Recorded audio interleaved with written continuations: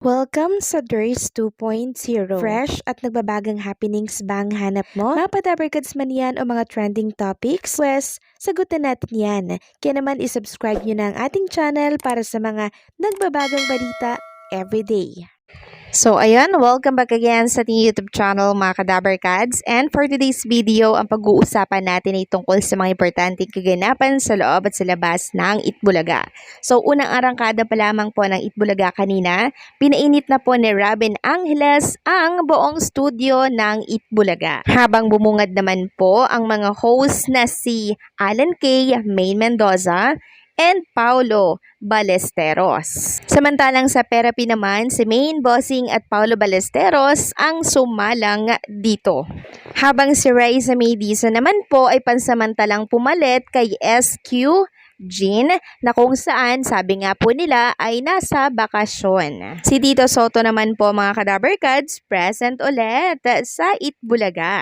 And speaking of Tito Soto mga Kadabarkads, meron po siyang tinulungan dito sa Sugod Bahay mga kapatid kanina. Dito po sa Barangay 811 Zone 88 Paco, Manila. So may anak po kasi si Nana, yung totoong nasugod bahay, no? Then kailangan ata ng second surgery kasi parang meron pong katarata sa likuran po no ng kanyang pinakang mata. So kailangan po ng second surgery, no? Ngayon, ang ginawa po ni Tito Soto, kinuha po yung number, pinabigay po kay Jose Manalo, then ilalakad at susubukan pong tulungan ni Tito Soto para po maipa-opera na po agad itong mata po ng anak ni nanay. Nakakatuwa, no? Kasi pag nasa Sugod Bahay or nasa Itbulaga po si Tito Soto, pag meron po siyang mga narinig na problema dito po sa mga nasusugod ng Itbulaga, talagang helping hand po siya, no? Talagang andyan siya para po tumulong. Basta kaya pong tumulong ni Tito Soto, ginagawa niya po. Nakakatuwa, 'di ba? Kasi nagiging instrumento po ang Tito Vic and Joey and syempre ang kanilang programa na Itbulaga. Samantalang may anunsyo po pala ang Itbulaga ngayong araw po yan ng Friday the 13th. So, bukas, June 14, Saturday po yan, magkakaroon ng special Father's Day bukas yan mga Kadabarkads. And possible na present po ang mga anak ng Tito Vic and Joey sa studio po ng Itbulaga kasi Father's Day special po yan.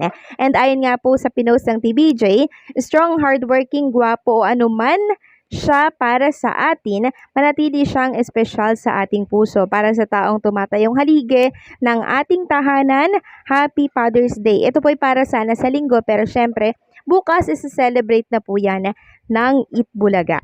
Samantalang, pag-usapan naman natin ang tungkol dito sa issue po ni Maine Mendoza and syempre, si Miles Ocampo. So maging yung mga Dabarkads natin dito po sa live chat ng Itbulaga nagkakagulo na din dahil sa isyong yan. Merong nang babash kay Maine Mendoza, merong nang babash kay Miles Ocampo. So, syempre, yung mga fans po ni Maine Mendoza, ang ano niyan ay kay Maine. Yung kay Miles, syempre kay Miles po yan kampe. Pero, hindi po kasi alam nila yung totoong nangyari. Kaya, baka pwede po na wag na lang makisawsaw. So, pansin nyo po ba mga Kadabarkads na si Miles Ocampo ay nakatoka pa din po sa Sugod Bahay mga kapatid? Samantalang si Paulo Ballesteros ay dito po sa studio ng Itbulaga. So, pansin nyo po yun na dapat si Paulo Ballesteros yung kasama po nitong si Jose and Wally, pero ang pinalit po nila ay si Miles Ocampo para po syempre mabawasan yung tension, 'di ba? Pag magkasama kasi sila dito po sa studio ng Itbulaga, syempre parang nakakailang 'yon. Kaya kailangan po nilang gawan ng TBJ Production ng paraan etong namumuo po na tampuhan kay Maine Mendoza and kay Miles Ocampo. So ang TBJ naman po na production or ang management ng Itbulaga ay gumagawa naman po ng action dyan. So nakikita naman natin, 'di ba, na pumapagitna po sila doon sa issue. Dahil parehas pong importante itong si Maine and Miles Ocampo sa Itbulaga. 'di ba? Kaya ang kailangan nila pumagitna po talaga sila at wala silang kakampihan dito. So pinapalamig na lang po muna ng management ng Itbulaga kung ano man yung issue sa pagitan po ng dalawa. And magiging okay naman po si Maine Mendoza and Miles Ocampo pagdating po ng panahon. And sa mga nag-i-issue tungkol doon sa paglipat ni Miles sa AAA, hindi po yun ang issue. Dahil si Maine Mendoza po ay nagbigay na ng video statement na kinocongratulate nga si Miles Ocampo sa paglipat at parte po ng AAA. Sabi nga ni Maine Mendoza doon, excited na siya sa mga magiging project ni Miles Ocampo sa AAA. So hindi ito tungkol sa paglipat ni Miles, bagkus ay personal problem ito na wala pong nakakaalam mga Kadaver Cats. Samantalang dalawang noontime host naman po ang bigla na lamang nawala. Sabi nila, nagpass ng resignation letter at kung ano-ano pa. Merong nagsasabi na nagpahinga. Sino ba ang dalawang noontime host na yan? Walang iba kundi po itong si MC Mua at Lassie. Nakusa daw umalis sa It's Showtime. Sabi nga dito nananatiling tahimik sina MC Mua, Kalakian at Lassie Marquez tungkol sa pagkawala nila bilang co-host ng noontime show na It's Showtime. Dahil dito sari-sari ang mga hakahakang kumakalat.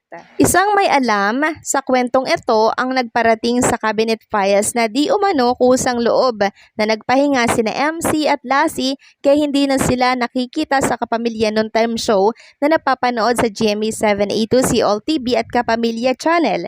Malakas naman ang hinalang may kinalaman ang paninita ni Vice Ganda kay MC sa outing nilang magbabarkada sa hindi na pagsipot ni MC at Lassie sa It's Showtime. Naging kontrobersyal ang vlog ni Vice na kinunan sa Coron, Palawan dahil sa kanyang paninita kay MC na hindi raw nito marunong makisama at palaging huling dumarating sa kanilang mga pagtitipon nang magbabakasyon sila sa lugar. Hindi naman nakaligtas si Vice sa masasakit at maanghang na salita mula sa mga nakikisimpatya sa kanyang mga kaibigan. May mga kumampen na sa inasal ni Vice pero mayroon ding nagsabing mali ang kanyang ginawa dahil nalagay si MC sa alanganing sitwasyon. Hindi na nasilayan sina MC at Lassie sa It's Showtime ilang araw matapos lumabas ang vlog ni Vice. May mga nag-uudyo kina MC at Lassie na huwag nang bumalik sa It's Showtime pero may mga nagpapayo ring huwag nilang hayaang masira at matuldukan ang malalim na pagkakaibigan nila ni Vice. So ayan, dalawang noontime host pala yung nalagas dito sa It's Showtime. Grabe, nauso pala yung tampuhan ngayon mga Kadaver Cats. Kung meron sa Itbulaga, si Miles and Maine Mendoza, abay meron din pala sa It's Showtime. Si MC, si Lassie, and si Vice Ganda.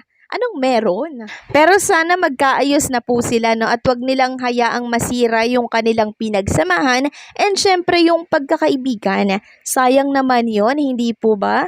So paano hanggang dito na lamang po ang update natin. Maraming salamat po sa patuloy na pagsuporta.